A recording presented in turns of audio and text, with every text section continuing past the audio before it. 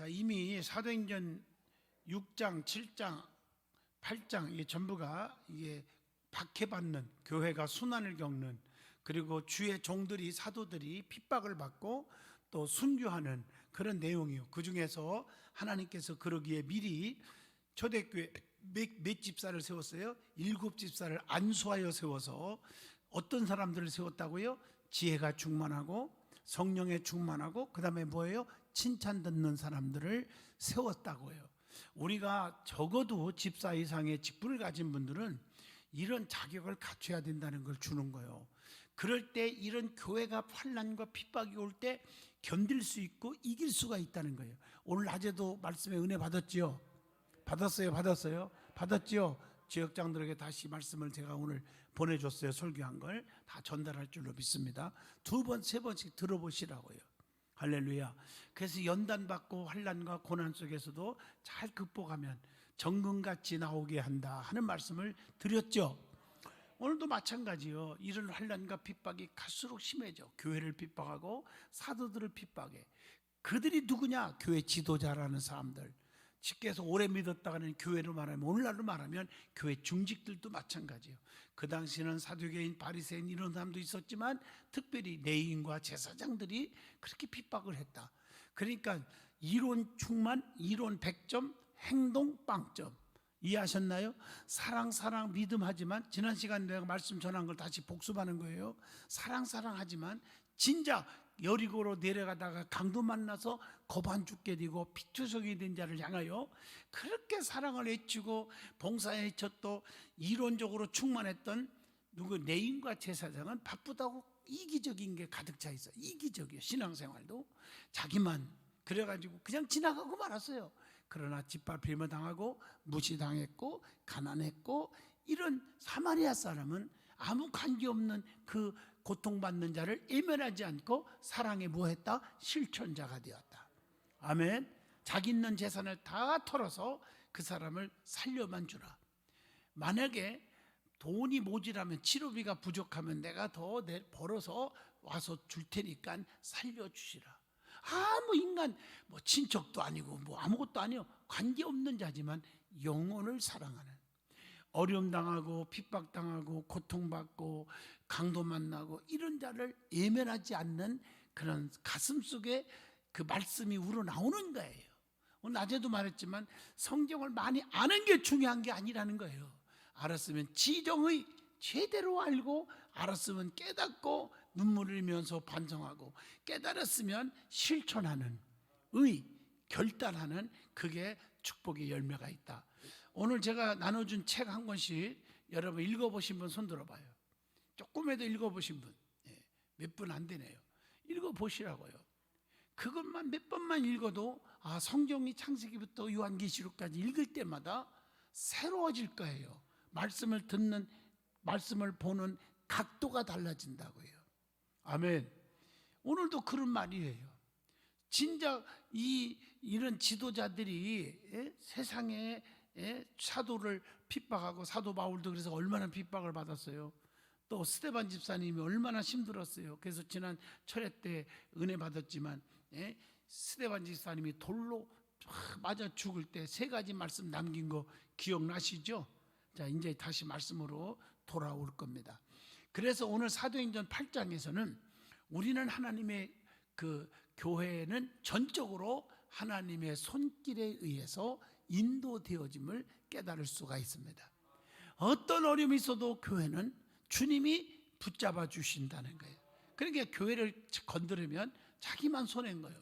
이걸 조금 심한 말로 말하면 도끼로 이마까라 깐니마 똑가라가 될 것이다. 아니 왜 대답 안 해요? 어떻게 왜냐? 교회는 누구예요? 주인이 누구예요? 목사요? 장로요? 성도요? 아니요, 예수님이십니다. 그래서 마태복음 16장 18절 내가 내 교회를 세우리니 어떻게 세웠어? 피 흘려 세웠어. 음부의 권세가 이기지 못하게 한다. 교회 생활을 통해서, 교회 생활에서 한 만큼 심은 대로 거두리라, 수고한 대로 먹으리라, 행한 대로 갚으리라. 이 말씀처럼 열심히 충성하고 헌신하고 봉사하고 희생한 만큼 우리 주님은 하나님이 갚아주신다. 믿어지죠? 바로 그거예요. 그래서 요한계시록에 7별과 일곱 촛대 사이에 다니시는 이가 가라사대. 누가 다녔어? 예수님이. 자, 일곱 별과 일곱 촛대는 뭐예요? 일곱 별은 일곱 주의 사자들, 주의 종을 가리키고, 촛대는 일곱 교회를 가리키는데 주님의 의로운 오른손으로 붙들고 계신다, 이렇게 말하고 있잖아요. 아멘 한 사람만 엄청난 은혜가 임하기를 축복해요. 이해하셨죠? 이걸 전제로 이 말씀을 들어봐야 되는 거예요. 그래서 우리가 교회를 사랑하고 교회에 대해서 항상 내가 겸손하고 온유하고 섬기는, 그리스도의 몸된 교회를 섬기는 그런 자세로 사는 사람들이 복이 있다, 그런 얘기예요. 그래서 이 박해가 막 임하기 시작하는데, 교회는 그 박해는 견디기가 너무 힘든 것이지만 그 핍박과 박해로 인해서 어떻게 됐어요? 복음이 더욱더 멀리 멀리 전파되었다. 아니, 핍박받으니까 막 흩어버리니까 그는 가는 곳 장소마다 거기서 또 복음이 막 터지니까 사마리아와 예루살렘, 온 유다, 사마리아 땅끝까지 전파될 수밖에 없는 거죠. 교회가 순수하게 하나님의 뜻에 따르려고만 한다면 하나님은 그 교회를 자신의 은혜를 우리가 널리 퍼지게 하는 도구로 사용하실 수 있다는 것을 여기서 가르쳐 줍니다. 자, 그러면 오늘 말씀을 1절로 7절까지는 이 핍박, 박해로 인해서 복음이 확장됐다는 내용이 여기서 기록되어 있어요. 그 박해 중에 대표적인 게 뭐예요? 스데반 집사님이 돌로 맞아 죽잖아요. 그러니까 돌로 쳐 죽인 사건은 예루살렘 교회에 대한 핍박을 알리는 신호탄이었다는 거죠. 그러게 예루살렘에서는 스데반을 죽인 그 사건에 대해서 의견이 분분했죠. 그 당시에는. 이걸 아셔야 돼요. 의견이 작가 분분했어. 경건한 유대인은 옳은 일을 한 것이라고 자부할 수 없었기 때문에 스데반의 장례를 준비했던 거죠. 오늘 2절에 장례 준비 얘기가 나옵니다. 여러분, 여기서 지난번에 말씀 전한 걸 다시 한번 새깁니다. 스데반 집사님은 예수 믿고 천당 가세요, 예수 안 믿으면 지옥 갑니다, 쉽게 말하면 복음의 핵심을 애쳤겠죠. 그런데 내가 너희들에게 빵을 달라겠니? 내가 너희들에게 무슨 권력을 달라겠니? 내가 돈을 달라겠니? 그거 아니잖아요. 지옥 가지 말고 영생을 얻으라고 한 건데, 그들은 그렇게 복음을 전하는 스데반을 잡아다가 돌로 찍어서 죽였다는 거죠. 피투성이 되고 얼마나 아팠을까? 그 가운데서 스데반은 세 가지 말씀을 남겼다고 그랬죠. 인자가 하나님 우편에 앉은 것을 내가 보았다. 즉 영원한 천국, 주님의 품을 안기는 걸 본 거예요. 그러니까 이 육신적으로는 아프고 고통스럽지만 영적으로 마음으로는 기쁨이 있고, 아멘 좀 해요, 평강이 있고 너무 행복한 거예요. 얼굴에 광채가 빛나는 거죠. 그러니까 죽음이 두렵지가 않은 거죠. 핍박과 환난이 두렵지가 않은 거예요. 사랑하는 성도 여러분, 천국의 소망, 천국이 믿어지는 사람은 이 땅에 당하는 환난, 고통이 아무것도 아니야. 오히려 그거 다 극복할 수가 있다는 거예요. 그러니까 십자가는 세상을 이기는 영적인 능력이 됨이니라 하는 말씀이 그 말씀이라고죠. 그러면서 내가 불쌍한 게 아니라 저들이 불쌍하니까 아버지, 저들이 모르고 죄를 짓는데 용서해 주세요. 우리가 성령 충만하고 지혜 충만하고 믿음 충만하고 칭찬 듣는 사람이라면, 정말 직분의 자격을 갖춘 사람이라면 그 말이죠. 어떻게 자기를 향하여 미워하고 핍박하는 원수들까지도 용서할 수 있고 중복기도 할 수 있는 그런 지경까지 와야 되는데, 과연 이런 분들이 몇이나 될까요? 서로 세상 말로 못 잡아먹어서 한인정 들은 것처럼 그냥 미워하고 증오하고 내 마음에 안 들으면 핍박하고 그냥 이러고 살았지 않았느냐 하는 것을 반성하게 해줍니다. 그러면서 스데반 집사님은 아버지, 내 영혼을 부탁합니다. 그리고 자니라 천국으로 이사를 하셨다. 지난 철회 때 다시 새겨보지요. 자, 다른 사람들은 보면 시데반 집사님이 그 핍박 속에 죽었는데 그의 죽음으로 말미암아 오히려 그들의 양심을, 어떻게 보면 양심이 아니라 앙심을 품은 그런 욕망을 자극하게 되어서 더욱더 더 강렬하게 그리스도를 핍박을 하게 되는 겁니다. 그러나 이때는 사도들이 직접 공격받지는 않았고요. 대신 사도들은 거기서 그 핍박과 엄청난 고난 속에서 흩어져 버립니다. 그러나 그것은 오히려 아까 얘기한 거 복음에 뭐가 됐다? 진보를 촉진한 거다. 맞죠? 맞잖아요. 여기저기 흩어진 곳마다 복음의 예수의 폭탄이요, 성령의 폭탄이라고요. 그러니까 여기저기 터지는 거지. 팡팡팡 복음이 터지는 거예요. 이런 역사도 일어나게 된 것이 되었다는 거예요. 그러니까 박해를 피해 예루살렘을 떠나야 했던 많은 그리스도인들은 가는 곳마다 뭐 충만하면 어떻게 하겠어요? 예수로 충만하니까, 복음으로 말씀으로 충만하니까 가는 곳마다 입에서 뭐가 나올까요? 복음을 전하는 것이요. 이렇게 해서 사도행전 1장 8절 말씀처럼 너희가 온 유대와 사마리아와 땅끝까지 이르러 내 뭐가 되리라? 증인이 되리라 하는 주님의 명령 두 번째 부분이 여기서 성취하게 되었다는 것을 깨닫게 해 줍니다. 그렇다면 질문 하나를 저와 여러분에게 던져보게 되죠. 나에게 찾아오는 환난과 핍박과 고난, 시련이 우리가 어떤 과정이요?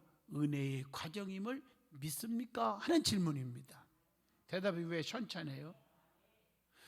주어진 환경이 지금 어렵지만은 오히려 이것이 은혜의 과정이라는 거죠. 맞죠? 과정이요. 자, 모세가 지난번에 말씀한 것처럼 모세도요 40년 그 궁중 생활의 훈련, 또 그것 가지고도 안 되니까 40년 동안 어디서 훈련 받아? 미디안 광야에서 훈련을 받았잖아요.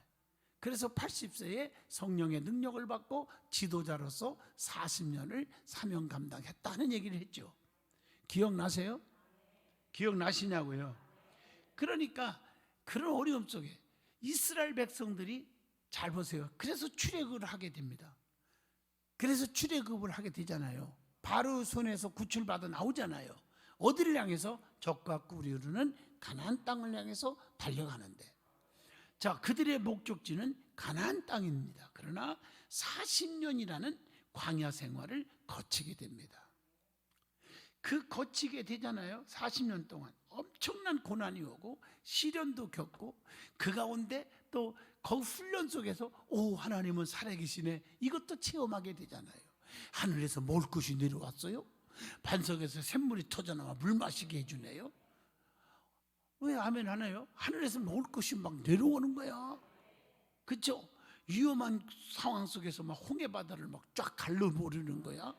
이런 것들을 통해서 하나님의 살아계심을 체험하고, 다시 말하면 은혜의 과정이 된 거란 말이에요. 그걸 통해서.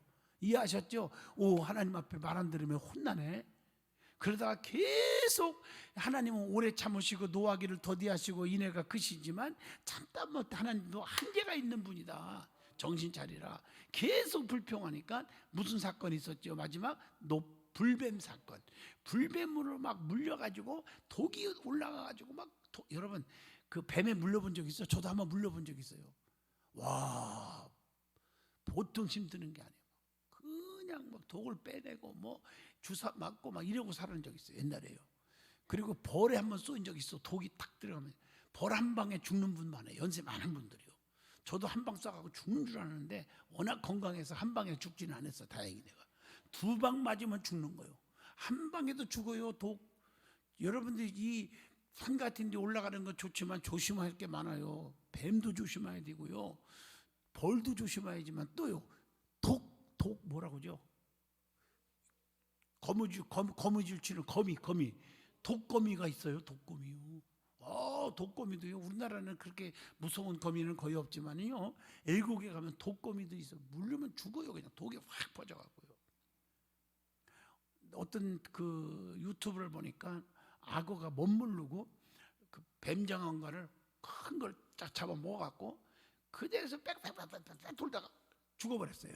나중에 겁 없이 뱀장어를 주는데 뱀장어에게는 거기에 뭐예요? 독 있는 뱀장어도 있고요.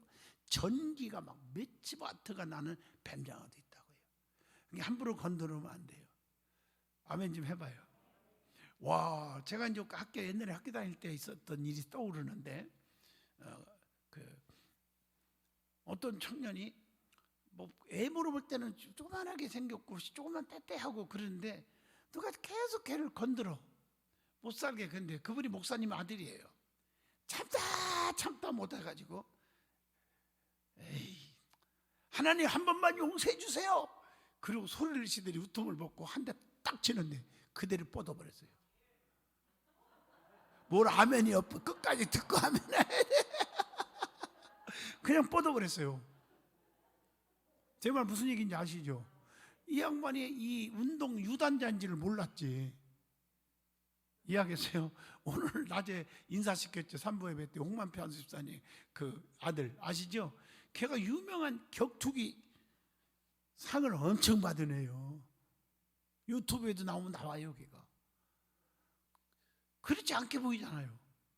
근데 걔들은요 이것만 연습을 해가지고 이 힘을 연습해갖고 막, 여러분 헬스장에 가보면요, 나보다 조그만하고 이제 나이도 막 한참 어린 애들이요, 나는요 절대 들을 수가 없는 걸 탁탁 들고요 잡아 당기는데 나는 반 킬로도 안 돼가는 것도 못 당기겠는데 애들은 쫙쫙 당겨요. 그래서 막 알투 이만해가지고, 와, 이 훈련이라는 게 있대요. 겉보고. 근데 걔들이 옷을 딱 입고 나니까 그게 표가 안 나니까 별 볼이 없는 것 같아요.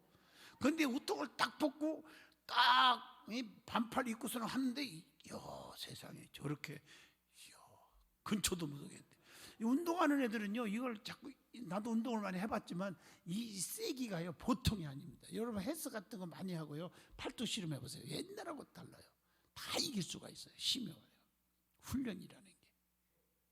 그러니까 한 방에 딱 날아가니까 다들 도망가는 거예요. 근처도 안 오는 거예요. 그 겉보고 그렇게 하면 안 돼요. 그래서 내가 이 얘기가 왜 떠오르냐면은, 악어가 말이요 다 잡아먹을 줄 알고 그 멧돼지도 잡아먹고 막 탁 잡아갖고 막 사슴도 잡아, 그렇게 나오잖아요. 동물의 세계를 보면. 근데 그 조그만하다고 아까 얘기한 게 뭐예요? 뱀장어 같은 거 잡아먹고 죽어버렸다는 걸세. 독 있는 줄 몰랐지. 그 우리가 신앙생활 하면서도 마찬가지입니다. 겉보고 애모를 보고 판단하지 마라.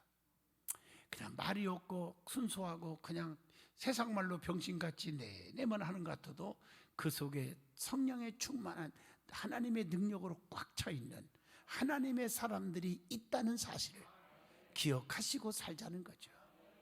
그래서 성경에 내 힘으로 되는 게 아니고 스가랴 4장 6절에 힘으로 능으로 안 되잖아.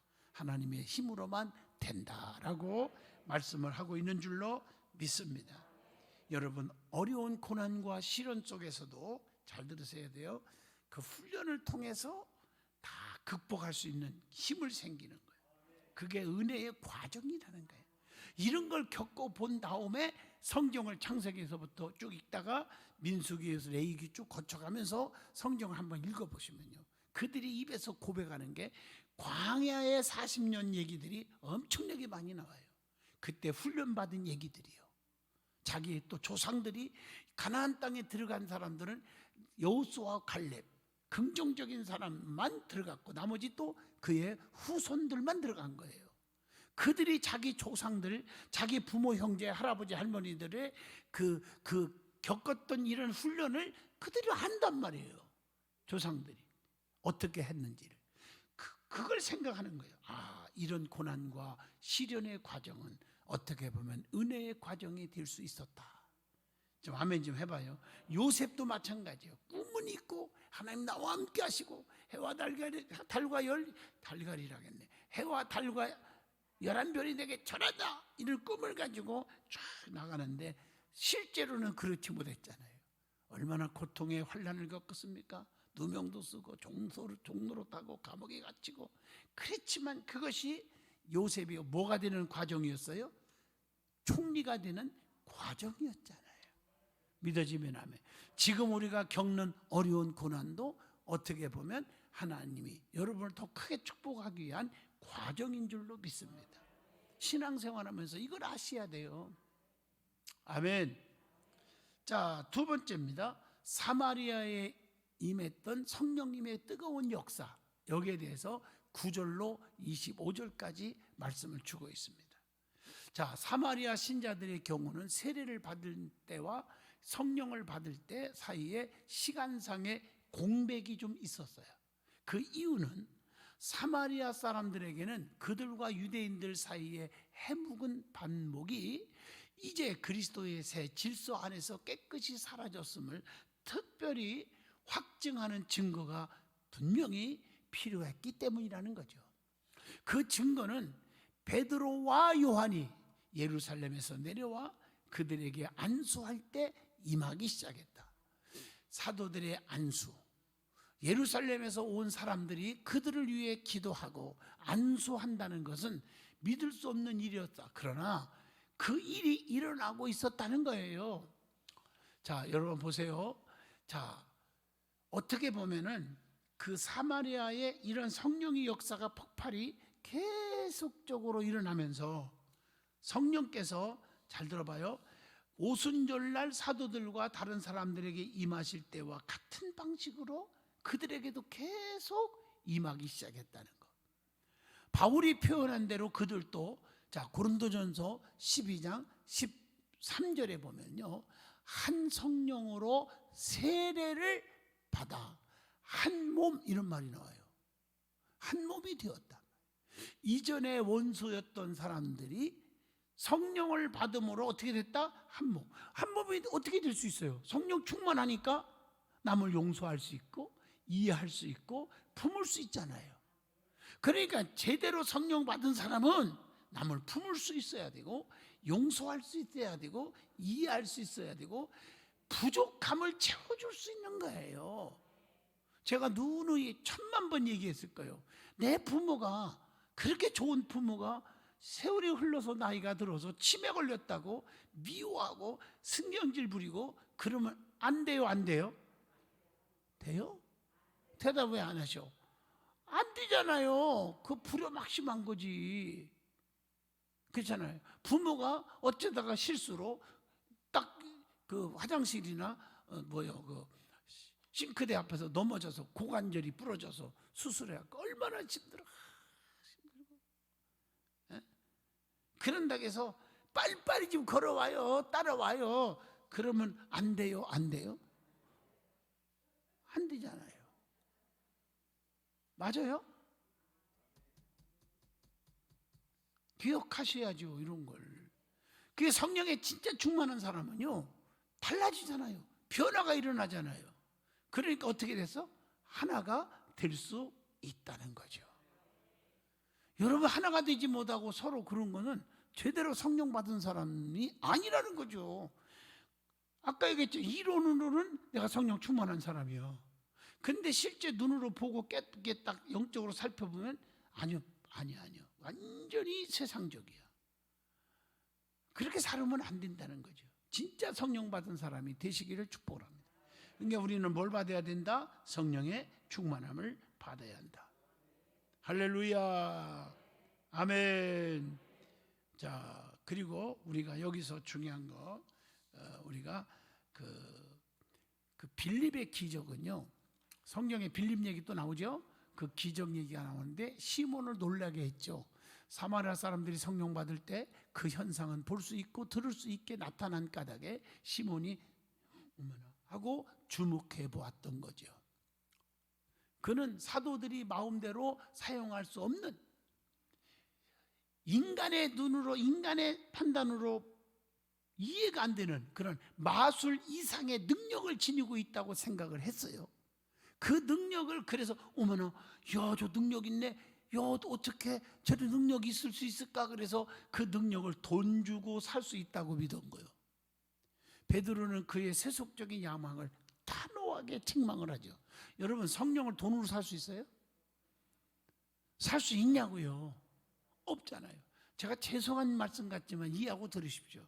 오래전 얘기인데 여러분 기억이 날라는 몰라 간증한 적 있죠. 어느 기도원에서 집회를 계속 집중적으로 간 기도원이 있었어요. 경기 화성 쪽에. 기억나나 몰라. 그때 당시의 간증을 기억하는 사람이 있으면 손 들으면 좋겠어요. 그때 막 집회할 때 막 그냥 막 걷지 못하는 자가 걸어가고 그 집당 신유가 막 일어나니까 거기에 있는 원 목사님이 저보고 목사님, 강사님 7천만 원 주고 목사님의 그 받은 은사를 좀 샀으면 좋겠는데요. 살 수 있나요? 농담 삼아 그렇게 질문을 한 거예요. 하나님의 능력은 돈으로 사는 게 아니에요. 이해하셨나요? 헌금 많이 한다고 능력이 오는 게 또 아니고요. 신앙생활 오래 했다고 오는 게 아니라는 거죠. 그러니까 베드로가 그들을 책망을 하는 거예요. 이런 능력과 기적이 돈으로 할 수 있다고 생각하니? 인간의 수단과 방법으로 할 수 있다고 생각하니? 그렇지 말라는 거예요. 질문 하나를 던져봅니다. 하나님께서 주신 은사를 교회를 위하여 사용하고 있느냐 하는 질문을 던져보게 되고, 나의 의를 드러내기 위한 도구로 쓰고 있진 않은가? 그래서 자기 의를 내세우는 것은 성령이 소멸되는 겁니다. 아멘. 자, 세 번째입니다. 26절로 마지막 40절까지입니다. 성령님의 이끌림을 받는 누구에 대한 얘기요? 빌립에 대한 얘기가 이제 기록되어 있죠. 사마리아 성에서 한창 복음 사역이 무르익어가는 때에 주의 사자는 빌립을 이끌어내셨습니다. 아시죠? 그거 얘기.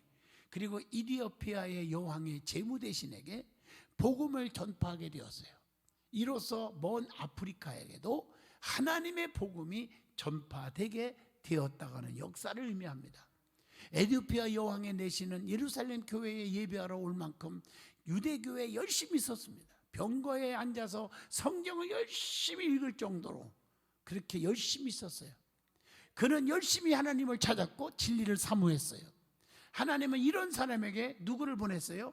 빌립이라는 주의 종을 보내신 줄로 믿습니다. 빌립은 내시가 성경을 읽고 있는 이사야서의 말씀을 기초로 예수님에 대해서 바르게 알려주고 가르치고, 십자가가 있고 또 십자가의 죽음을 위하여, 이게 십자가 우리를 위하여 피 흘려 죽어주셨고 죽은 거로 끝난 게 아니라 사흘 만에 다시 살아나셨습니다. 십자가와 부활의 복음을 확실하게 증거했다는 거죠. 우리도 십자가 복음을 빼면 안 됩니다. 여기 내시는 빌립의 증거를 받아들였어요. 빌립은 내시에게 세례를 줍니다. 기억나시죠? 성경 읽은 사람은 이해가 빨리 올 거예요. 그리고 호련히 그것을 떠납니다. 빌립은 처음부터 끝까지 성령의 지시하심으로 순종한 것뿐입니다. 우리 하나 성령은 빌립을 사용하신 것처럼 저와 여러분을 사용하실 줄로 믿습니다. 그래서 많은 곳에 복음이 왕성하게 발전되기를 원합니다. 그래서 여러분은 성령에 진짜 충만하다면 발걸음 닿는 곳마다 성령의 폭발을 일으켜야 된다는 거예요. 근데 뭐 아멘은 잘하는데 가는 곳에서 전도를 몇 명이나 했습니까? 얼마나 예수님을 자랑하고 복음을 전했습니까? 우리 어떤 솔직히 말해서 권사님 가정에 그 사업장에 가보니까 365일 일하면서 이제 목사의 설교만 틀어주고, 또 어떤 때는 막 복음 성가만 계속 들어. 그게 복음이요, 복음. 그게 하나님의 축복이란 말이에요. 그런데 너무 많이 봤어요. 어떤 가게 가니까 찬양이 막 울러나오는데 재지곡도 하나도 없고 그런 음악도 없고 복음 성가만 쫙 울려나가는데 너무 기쁜 거예요. 목사가 그 집구석에 들어가자마자 축복 기도를 눌러 흔들어 넘치도록 아니할 수가 없게 만들어주니 우리 하나님은 어떻게 했습니까? 질문 하나를 던져봅니다. 내 지식과 경험에 비추어 맞지 않아도 성령님의 인도하심이라면 무조건 아멘 하고 순종할 수 있겠느냐 하는 질문을 던져봅니다. 그러면서 결론을 내립니다. 스데반을 죽인 적대자들의 과격한 여심은 더욱 잔인한 핍박의 양상으로 드러나서 증거자들이 흩어질 수밖에 없었다. 그 핍박이 엉망진창인 줄 알았는데 그 핍박으로 흩어짐으로 어떻게 해서 넓은 지역으로 복음이 확산케 되었다. 왜냐? 그들은 성령에 충만한 사람들이기 때문에. 성령 충만하지 않고 흩어지는 것은 복음 충만, 복음을 외치는 게 아니라 불평과 원망과 비판, 교회 비판하고 죄정 비판하는 것으로 전국에서 흩어져 떠들겠지만 있잖아요. 양면성이 있잖아요. 그러나 성령에 충만한 사람은 어디 가나 흩어지나 입만 열으면 교회 자랑하고 주님 자랑하고 복음을 자랑하는 그런 성도들이 되어야 한다. 아멘 하십니까? 오늘 이것을 이 말씀을 통해서 증거해주고 또 믿음으로 성령 충만함을 받아서 주의 말씀을 담대하게 증거할 수 있는 저와 여러분이 될 수 있기를 축복합니다.